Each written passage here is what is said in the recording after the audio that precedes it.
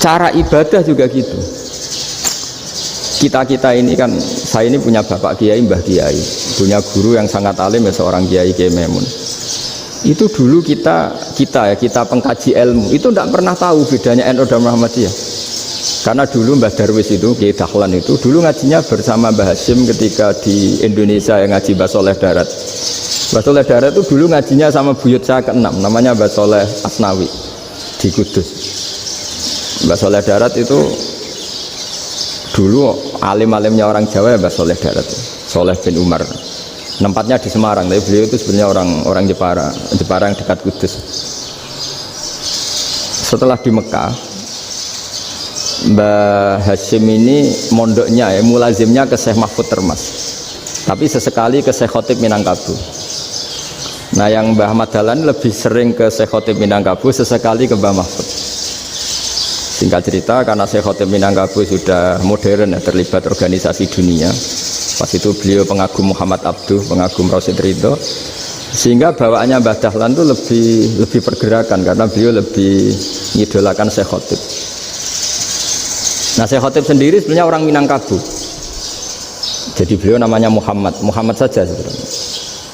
Jadi menantunya orang Arab. Oh itu dicibir mertuanya ini karena punya mantu orang Jawa, orang ndak Arab.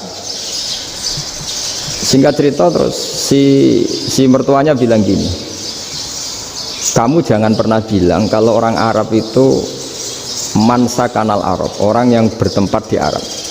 Walakin mantakallama bi arabiyyin fasihin, tapi orang bisa ngomong Arab secara fasih. Singkat cerita, kalau kamu tidak percaya, nanti suatu saat menantu saya kalau Jumatan, tidak usah kamu kasih tahu, langsung suruh jadi khotib. Nggak usah kamu kasih tahu, sarannya nggak usah kamu kasih tahu. Kalau sekarang kan enggak. Kalau dosen mau jadi khotib kan mengumpulkan materi dulu. Lucunya diantara materinya itu dari TV, makanya jadi ribet kan khutbah sekarang. Kalau musim corona ya akan ngomong corona, musim apa yang ngomong apa. Jadi lagi-lagi didikte oleh media. Sebenarnya kalau ngomong kan sesuai kebutuhan umat, ini obatnya apa. Tapi nggak sesuai trending topik, itu kan kayak anak-anak gaul. Ya ini dokter kok gitu kan aneh. Singkat cerita si khotib ini nggak dikasih tahu, saya Muhammad tadi nggak dikasih tahu, langsung disuruh khutbah. Fatakallama bikalamin fasihin, dia ngomong fasih sekali, bahkan ngalah-ngalahi fasihnya orang Arab asli.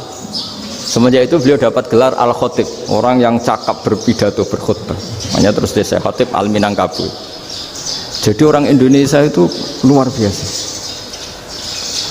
Dulu yang namanya orang Indonesia di Arab Saudi itu dihormati sekali karena yang kesana itu pasti ulama. Sudah alim di Indonesia kesana, termasuk Mbah Ahmad Dahlan, Mbah Hasyim dulu karena sama-sama muridnya Mbah Soleh Darat. Lama-lama yang kesana itu TKI TKW itu ya mulai agak dibully. Dulu Syekh Nawawi di antara ijtihad yang dihormati itu beliau mengkritik nyuwun sewu orang yang kan orang biasanya normalnya kan muji orang mati syahid, hebat orang mati syahid itu hebat gini. Oke, kita sepakat orang mati syahid itu hebat. Tapi kata Imam Nawawi dengan syarat niatnya itu li'ila'i kalimatillah dan itu bawaan takdir. Saya ulang lagi, itu bawaan takdir, harus mati di medan perang. Tapi tidak boleh seseorang ini niat perang tapi niatnya supaya syahid. Karena kalau begitu berarti dia berniat supaya menjadi maktulal kafir, orang yang dibunuh orang kafir. Kedua, dengan dia mati berarti pasukan Islam berkurang. Berarti dia ingin pasukan berkurang, hanya ambisinya dia ingin langsung ke surga. Misalnya pasukan orang Islam itu 10, orang kafir 10. Kalau kamu ingin syahid berarti mati 1 kan, tinggal 9 kan. Nah kalau yang seperti itu 10 kan mati semua. Gara-gara ingin syahid akhirnya perangi rapati tenanan, benang mati, benang mlebu swarga. Kata Syekh Nawawi, ya enggak. Kalau kamu perang sama orang kafir ya niat menang. Dengan niat menang ini kamu ingin li'ila'i kalimatillah. Tapi kalau kamu ingin syahid berarti kamu menuruti keinginan nafsu kamu yang cepat masuk surga. Itu orang Arab kagumnya bukan main. Karena di mana-mana orang itu dinilai dari niatnya. Paham ini ya? Tapi perang loh ya, dalam kondisi perang, bukan teroris. Perang itu artinya orang kafir yang ingin bunuh kita, itu perang namanya apa? Perang. Dulu orang cerita syahid itu hanya pokoknya syahid itu hebat, pokoknya syahid itu hebat. Syahid di medan perang itu hebat, pokoknya saya di medan perang hebat. Tapi ketika Syekh Nawawi memberi penjelasan ilmiah, jika kamu perang ingin cepat mati, ingin cepat syahid, artinya ini untuk pemenuhan diri kamu, karena kamu bayangkan langsung masuk surga. Kamu lupa bahwa dengan kamu dibunuh, kekuatan Islam berkurang. Akhirnya beliau memberi penjelasan, syahid itu bagus, itu sebagai takdir. Hanya takdir itu kita perang yang ingin menang, tapi takdirnya mati. Jangan dibalik, oleh perang rapati tenanan benang mati namun buruk. Itu yang pertama, termasuk ulama yang pertama memberi penjelasan itu Syekh Nawawi.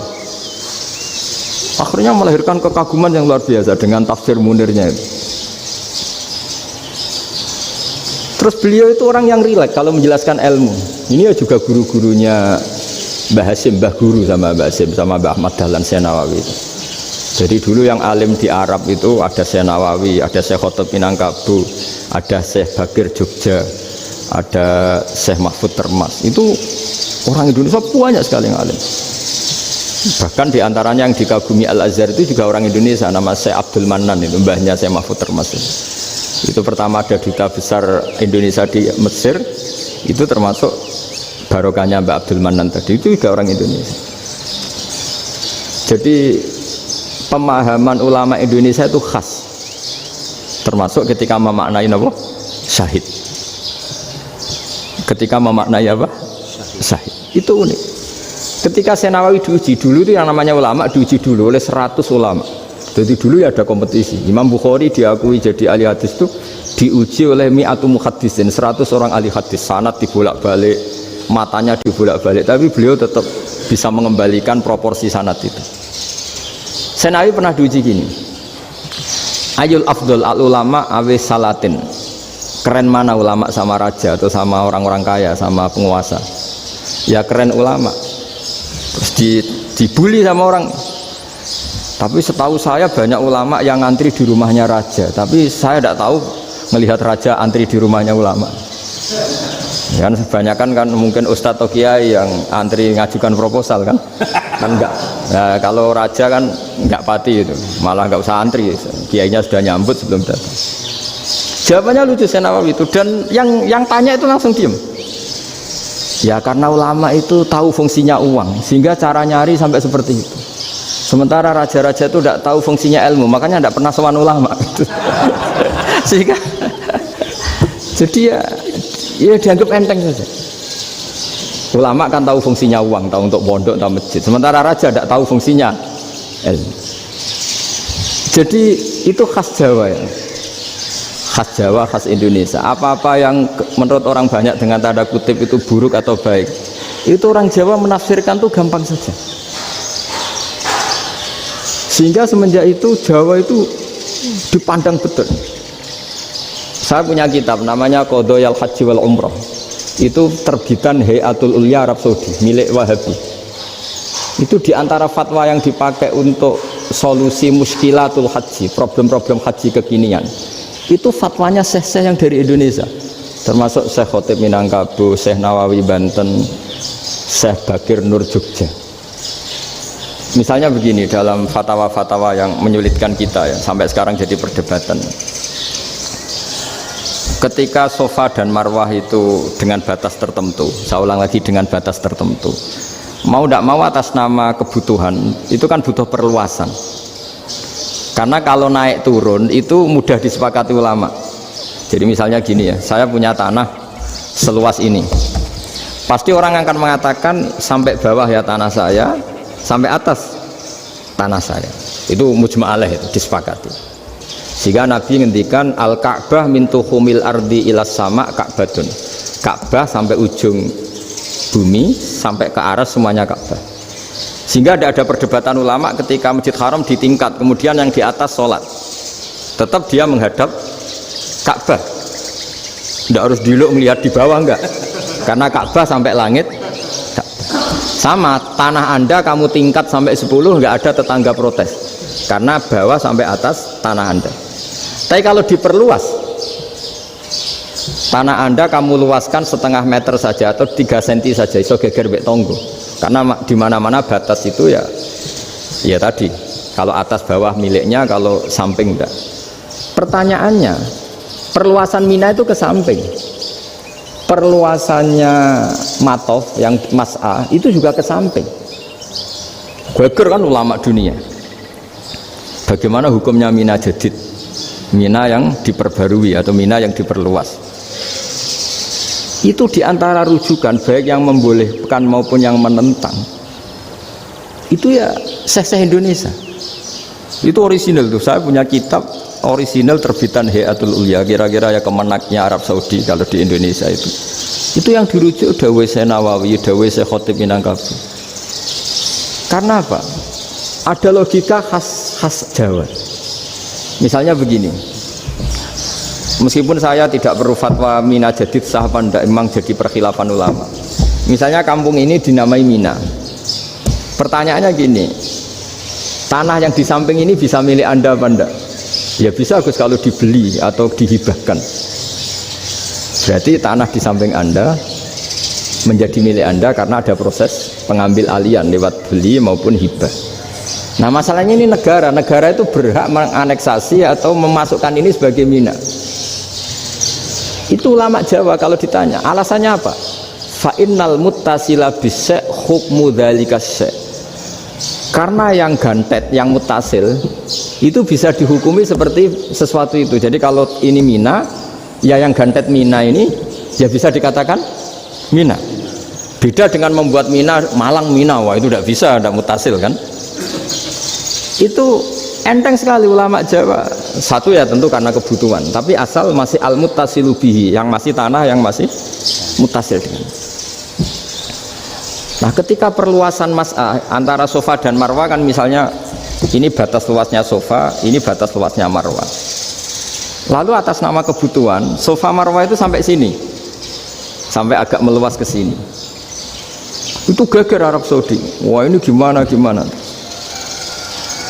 Padahal tawaf itu harus antara Gunung Sofa dan Gunung Marwah, sa'i itu ya. Tapi kalau istilah Quran memang tawaf sama-sama. Makanya apa? Inna Sofa al-Marwata min sya'airillah faman hajjal baita wa i'tamara fala junaha alaihi ayyat tawafa. Nah, jadi kalau istilah sa'i di Quran itu masih tawaf. Karena harus ada, kalau bisa lah, bukan harus. Kalau bisa memang harus ada unsur muternya. Kita kalau sa'i kan dari sini Sofa sampai sini Marwah, terus kan agak muter ke sini, kan agak membentuk lingkar. Nah, makanya Quran tetap mengistilahkan apa? Tawaf. Jadi bukan sini ke sini terus sini ke sini kan enggak, tapi sini sampai sini terus muter kan, terus sini. Jadi antara setar dan selama ini prakteknya kan gitu ya. Sofa ngambil sini, terus ke sini, terus agak muter. Nah, karena ada unsur agak muter ini terus orang menyebut apa? Tawaf. Tapi itu bukan syarat sah, ini cerita ideal. Saya ulang lagi ya. Gunung Sofa itu puncaknya atau pucuknya kalau dalam bahasa Jawa itu ya hanya segini, ini sampai sini. Nah, kelompok Islam yang fikih keras nggak boleh diperluas karena Allah memilih tempat ini itu spesial, jadi nggak boleh ke yang lain. Tapi ketika kebutuhan mendesak, mau tidak mau harus diperluas. Itu jawabnya Kiai Jawa lucu. Gunung sing ketok itu sing dhuwure tok. Sikilane luwih hombo. Jadi karena kita kan gunung kan bentuknya gini. Nah, Sofa yang kecil itu yang atasnya, tapi sikilannya sini kakinya lebih luas. Jadi boleh perluasan asal tidak melebihi kakinya. Nah, dihitung ya lebih luas. Jadi Kiai Jawa itu kayak wong delok gunung Penanggungan, kayak gunung Arjuna. Di mana-mana puncak gunung itu lebih kecil timbang kakinya. Artinya diperluas ini bukan berarti tidak di Sofa dan tidak di, itu khas Kiai Jawa. Jadi jangan kira orang Jawa itu tidak hebat-hebat sekali. Termasuk perkembangan hotel di Arab Saudi. Itu dulu sebelum ada hotel, buyut saya kelima atau keenam dulu haji, namanya Badur Rahman. Itu kalau mau ingin apa ya, menghindari terik matahari itu masuk gua. Itu masuk gua itu hanya separuh badan, kakinya di luar. Jadi jangan bayangkan kalau gua di Indonesia kayak gua Akbar di Tuban orang bisa masuk jalan-jalan, enggak. Gua di Arab itu kayak cepitan batu, tidak sampai masuk. Sehingga kepalanya dimasukkan, kakinya masih kena matahari, saking panasnya Arab Saudi. Sehingga dalam bayangan hijrah ketika Nabi bersembunyi di gua Sur, itu kata Abu Bakar, kalau orang kafir melihat kakinya pasti melihat kita, karena nggak bisa masuk penuh. Jadi orang itu mau dempes tok. Sehingga ya kira-kira luasnya gua paling segini. Makanya guyonannya kiai-kiai itu untung nggak kayak gua Indonesia. Kalau kayak gua Indonesia laba-labanya capek karena luas sekali. Jadi jangan bayangkan gua Arab tuh kayak gua Indonesia. Makanya bayangannya andai kan orang tuh melihat ke bawah pasti melihat kita, karena orangnya nggak bisa masuk penuh, nggak bisa masuk 100%. Ya kayak cepitan batu lah mirip. Itu kan mirip Gunung Uhud. Gunung Uhud kata Rasulullah, nanti kalau kamu perang itu di atas, menang atau kalah di atas, musuh biar di bawah, dengan di atas kamu bisa mana. Jangan bayangkan kayak Gunung Merapi, kayak Gunung Penanggungan. Lah kalau Gunung Penanggungan mana ke bawah yang leyang kan.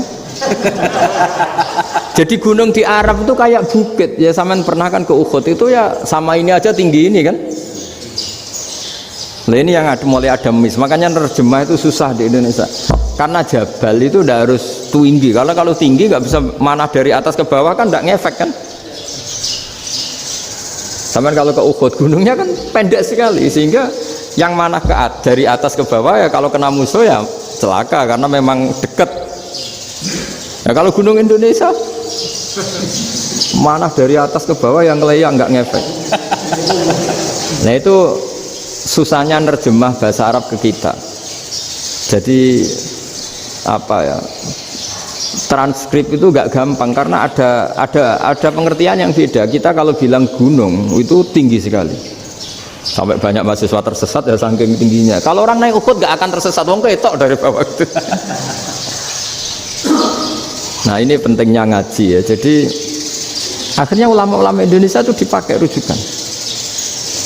Jadi mulai Mbah Hasyim, Mbah Ahmad Dahlan sampai era buyut-buyut itu masih orang alim. Lama-lama yang di Indonesia ini orang-orang yang bodoh. Sehingga orang Jawa kalau ke sana dibully, ya Jawa tak kuluh kaya. Orang Jawa itu penggaweannya itu mangan ulo, makan ular. Karena belut itu kalau di kamus itu persis ular. Dulu itu kan kamus tidak full color. Gara-gara gak full color, gambar belut sama ular itu sama. Belut itu belut sama ular kalau nggak full color gambarnya sama apa enggak? Sama. Terus orang Jawa itu kan masih banyak yang makan bajing itu apa? Ketupai. Bajing kalau digambar tidak full color sama dengan tikus. Gambar yang tidak warna. Hitam putih. Sehingga kita ini dibully pemakan tikus dan pemakan ular. Karena belut itu persis ular kalau digambar yang tidak full color. Sampai datang Syekhona Khalil, datang ulama ngarang kitab ya judulnya Al-Belut, karena nggak terima bangsanya dinyak makan apa? Ular. Terus dikarang wal belut hayawanun bakhriyun, terus ya isu fi kadza wa kadza, itu beda dengan al-hayyah, itu diterangkan mulai bisa nerima. Terus sistem hotel juga gitu. Sampai tanyakan dalam sejarah dulu orang Sedayu ada namanya Syekh Mukhtar. Syekh Mukhtar bukan bikin rumah besar yang siapapun orang Indonesia haji itu nempat di sana. Nah ini yang menginspirasi akhirnya ada hotel. Dulu Syekh Mukhtar hanya menyediakan untuk hujat-hujat Indonesia. Lama-lama jadi hotel. Nggak mau saya mau cerita. Kata Mbah Mun sering cerita. Kenapa wa ma arsalnaka illa rahmatan lil alamin, kata Mbah Mun, Allah itu pasti bikin ulama yang tidak produk Arab itu pasti ada. Kalau orang Arab jadi ulama wajar, bahasanya Arab, domisilinya di Arab. Tapi Allah akan selalu bikin ulama yang tidak bangsa Arab. Imam Ghazali itu Tus itu Persia. Imam Bukhari itu kira-kira kalau sekarang ikut Uzbek. Ya, Imam Bukhari itu kalau negara sekarang ikut mana? Uzbek. Kenapa demikian kata Mbah Mun? Karena Allah sudah ngendikan wa ma arsalnaka illa kafatan linnas. Manusia semua ini kena khitabnya Islam. Kalau tidak ada ulama yang dari berbagai negara, kesannya Islam itu hanya milik orang Arab Saudi. Makanya Allah selalu bikin ulama-ulama yang bahkan tidak Arab, termasuk Imamul Muhaddisin, yaitu Imam Bukhari, itu orang Uzbek, orang Rusia lah kalau sekarang, ikut Uni Soviet dulu. Imam Ghazali itu orang Persia. Syekh Nawawi itu orang Banten. Karena Allah ingin memaklumatkan bahwa Islam ini untuk semua, sehingga orang yang tidak Arab pun bisa belajar Islam. Yang alimnya itu nggak kalah sama orang apa? Arab. Makanya ini PR ya. Kalau Gus Dah Ploso nanti ngendikan suatu saat orang belajar Islam itu bahkan orang Arab pun bisa belajar ke Indonesia. Kalau orang Indonesia bisa alim betul kayak dulu.